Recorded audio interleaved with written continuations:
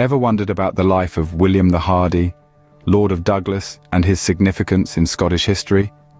Well, sit back and let's unravel the intriguing story of this Scottish nobleman and soldier.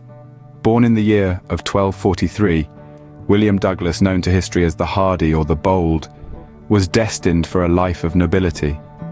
The first historical record of William comes from 1256, when his father, a man of significant standing, gifted him land in Northumberland.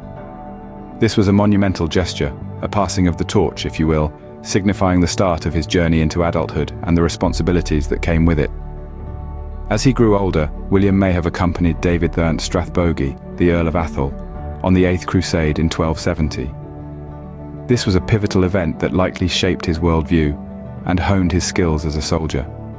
These experiences would prove invaluable in the years to come, as William would find himself embroiled in the tumultuous politics of his time. Upon his father's death, William was thrust into the limelight, inheriting his father's title and becoming the Lord of Douglas. As a testament to his growing influence and prowess, he was knighted before 1288. In this new role, he demonstrated his commitment to justice, imprisoning his uncle, Sir Hugh de Abernethy, for his involvement in the murder of Donchad III, Earl of Fife. In 1289, he made a significant move, requesting the release of family charters from the Priory of Lesmahagow. This was the first time he styled himself as the Lord of Douglas, solidifying his place in the realm of Scottish nobility. As we can see, from an early age, William the Hardy was destined for a life of nobility and warfare. William the Hardy wasn't just known for his nobility and military prowess, but also for his involvement in some stirring controversies. In a daring move that shocked many, he imprisoned his own uncle, Sir Hugh de Abernethy. The reason? Sir Hugh's involvement in the murder of Donchad III, Earl of Fife. This act of family justice showcased William's unwavering dedication to upholding law and order, no matter the personal cost. Yet the prison bars would soon close in on William himself. In a twist that could rival any modern-day drama, he boldly abducted Eleanor Ferrers, the widow of William de Ferrers of Groby.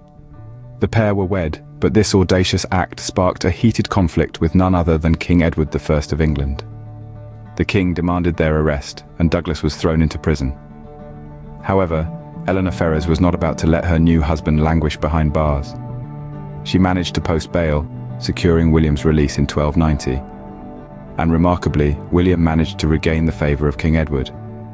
His lands, previously seized, were restored, and he found himself back in the king's good graces. But this reprieve was short-lived. William's allegiance to Edward was a shaky one, and he soon fell out of favour again. His lands were once more forfeited, marking a low point in his tumultuous life.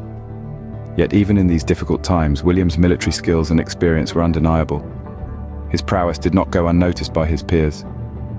He was involved in the negotiations for the Treaty of Salisbury and the Treaty of Bergen, critical peace agreements of the time. William's strategic mind and diplomatic skills were put to the test during these negotiations, and he rose to the challenge. In a testament to his military expertise, in 1295, he was appointed Governor of Berwick upon Tweed. In this role, he valiantly defended the town against Edward's army during the sack of Berwick. The same king he had once defied was now his adversary on the battlefield. Despite these controversies, William's military skills were undeniable, which saw him involved in crucial negotiations and appointed as the Governor of Berwick upon Tweed. However, William's fortunes were not always on the rise. His later years were marked by a series of falls from grace. The path of a warrior is rarely straight, and William's journey was no exception.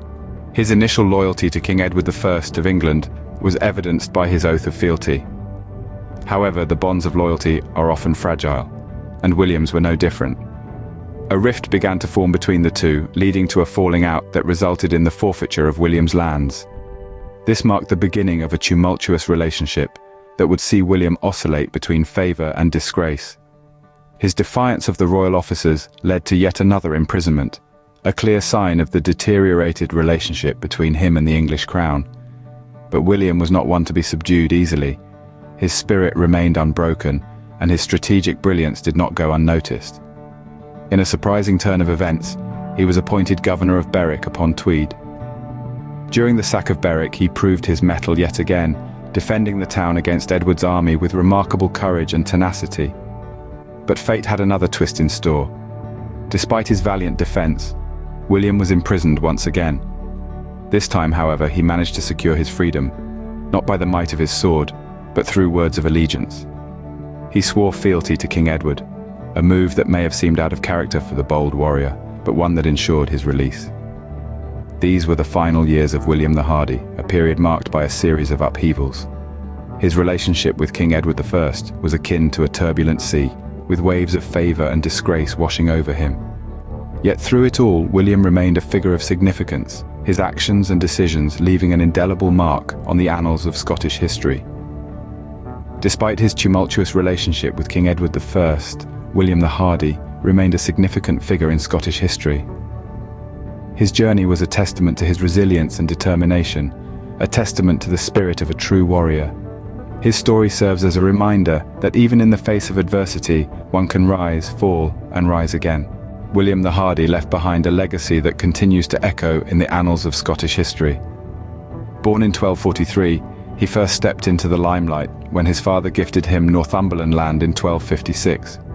His life was a series of remarkable events, intertwined with the intricate fabric of Scottish and English history. William's military prowess was evident from a young age. It's speculated that he may have accompanied David I Strathbogie, Earl of Atholl, on the Eighth Crusade in 1270. His knightly valor was recognized before 1288, and his life was punctuated with numerous military exploits. His defense of Berwick upon Tweed against Edward's army during the sack of Berwick stands as a testament to his commitment to his homeland. The controversies that surrounded William were as prominent as his victories. The imprisonment of his uncle, Sir Hugh de Abernethy, for involvement in a murder, and his own abduction and subsequent marriage to Eleanor Ferrers, the widow of William de Ferrers of Groby, were events that stirred the courts of both Scotland and England. His fall from grace was as dramatic as his rise. He fell in and out of favour with King Edward II of England, saw his lands forfeited, was imprisoned multiple times, yet always found a way to bounce back. His resilience in the face of adversity is a noteworthy aspect of his character. In his final years, William the Hardy was appointed Governor of Berwick upon Tweed, a position he held until his death in January 1298. His death marked the end of a tumultuous era, yet his legacy lived on. His life and actions played a pivotal role in shaping the course of Scottish history, influencing the political landscape and leaving an indelible mark on the narrative of his homeland. And that, dear listeners, is the captivating tale of William the Hardy, a man whose life was as turbulent as the times he lived in, a true stalwart of Scottish history.